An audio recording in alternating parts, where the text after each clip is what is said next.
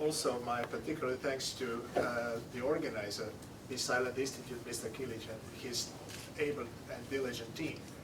I think it is, we always used to say in the United Nations, it is a timely debate, it is a timely discussion. It is always a time for that. But, you know, our part of the world has not been in headlines for many years already, and that is a good news. But it means that things have happened in the meantime, and that we have witnessed a development which was basically a very positive development, particularly in past, let's say, 15 or so years. Each of our countries and the region as a whole.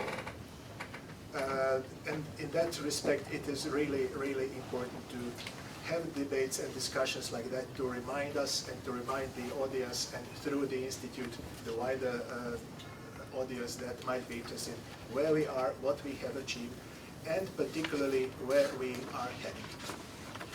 Now, the title of this debate is more future-oriented, and I will skip the historical reminiscences.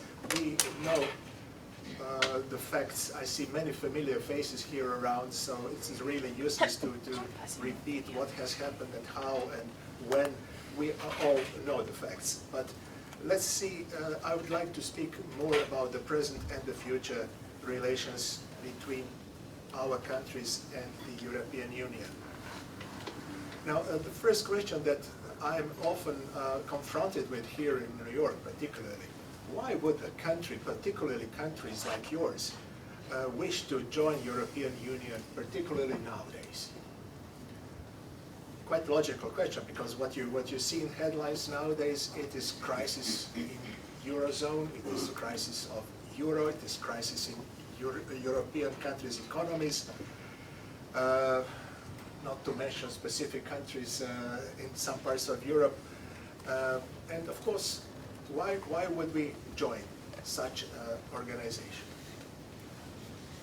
I'll still have to go a bit into history, because I suspect that most of you don't know that 25 years ago there were ideas which were not sporadic, that Yugoslavia at that time, Socialist Federative Republic of Yugoslavia, really did have strong contacts with European integration processes, European communities at that time, and that there were ideas that we may try to apply and to become the member of this mechanism.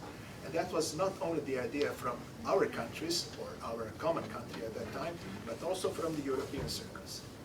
And particularly in 1989, after the set of economic reforms that were being inaugurated, history developed in different directions, so it never came to fruition.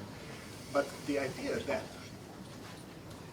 also was that the European integration process, and nowadays we speak mostly about European Union only, was in fact the community of values.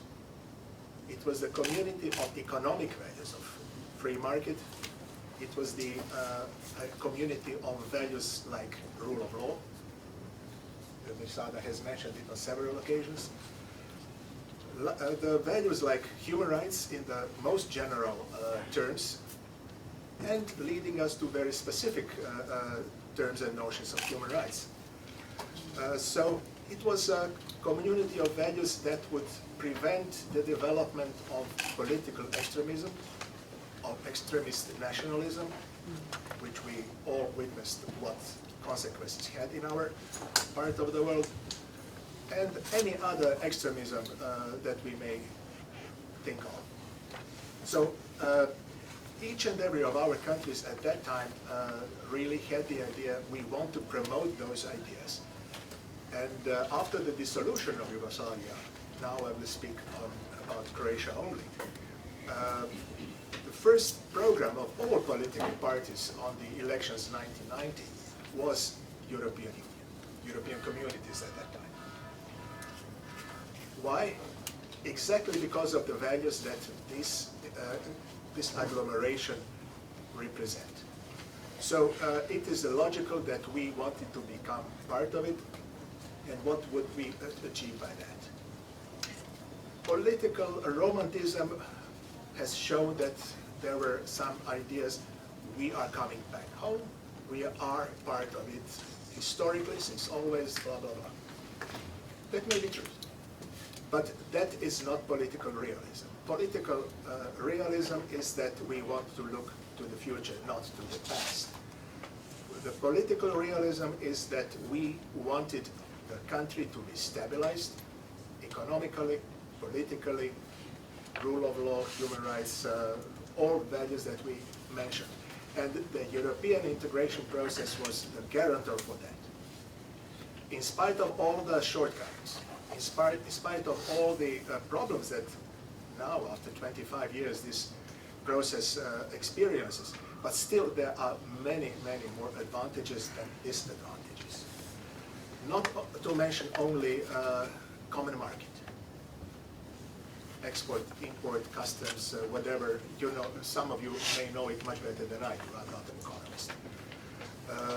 Free movement of people, goods, services, ideas.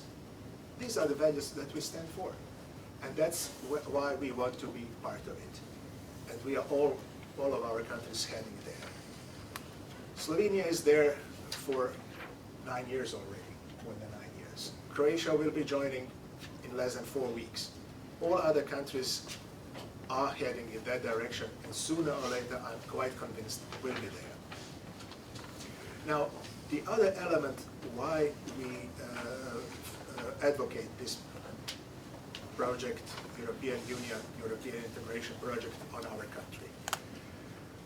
Also, we want the stabilization and normalization of the region. We are responsible for our country, and that's what we are doing with more or less success. I think we did a very good job so far. With certain shortcomings we are aware of. But if we don't have the stable region, if we don't have the prosperous region, the region where we will have economic advancement, social in the broadest sense, social security, employment, social services, satisfied population, then even for Croatia it will not be a favorable position. To live in an unstable neighborhood or region is never a good thing. Not to mention historically that communication among the countries and the people was always so intense that we really cannot afford to have barriers. Now, I mentioned Croatia will be joining very soon, and of course you can read in newspapers all kinds of everything. You can read on all sides, including Croatia. Croatia is leaving the region finally. That is not true. First of all, we have no magical tools to lift our territory and put it somewhere else, and even if we did want, we wouldn't want to do it. If we could, we would not want to do it, because we are happy with our country, we are happy with where we are happy with our geographical, geostrategic position, and it is a beautiful country, as many of you know. So we don't want to move. Politically, we are not moving anywhere. We are making a big step. We are becoming the part of this integration. We are becoming part of this big family based on common market, based on common values, and the realistic goal of Croatia is to have the whole region, or we should say the rest of the region, join as soon as possible. And that will be definitely the political idea that we will be pursuing.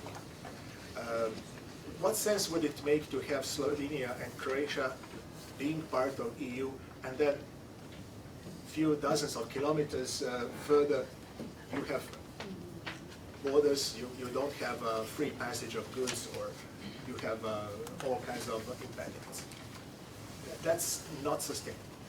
Of course, we are all aware that there are conditions to be met.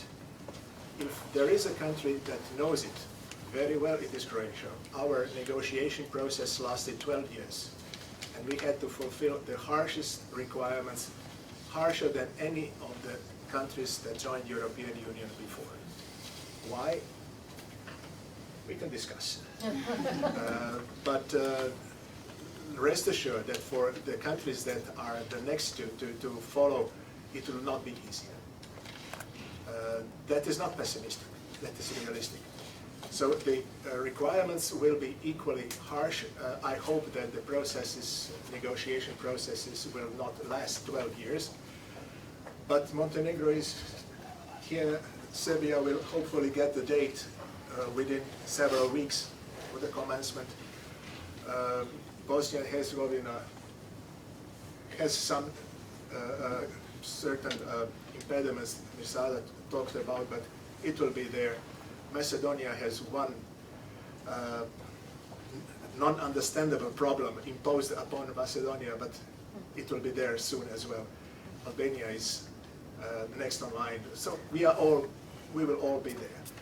And let me assure you that Croatia, as of 1st of July, will be advocating this approach.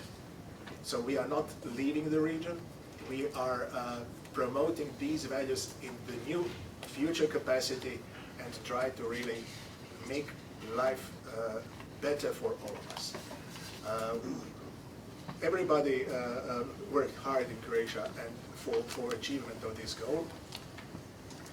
I may remind you that there was only one little party which is not even represented in the parliament. They are so small, that is against the joining European Union. So we have a national consensus on that, and this is not the consequence of some kind of political romanticism, as it could have been 20 years ago, or more than 20 years ago.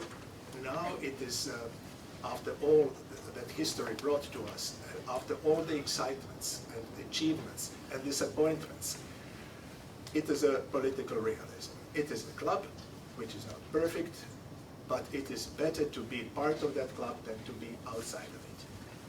And that would be a kind of conclusion, because we are running out of time, and I'm sure there will be questions that I will be able to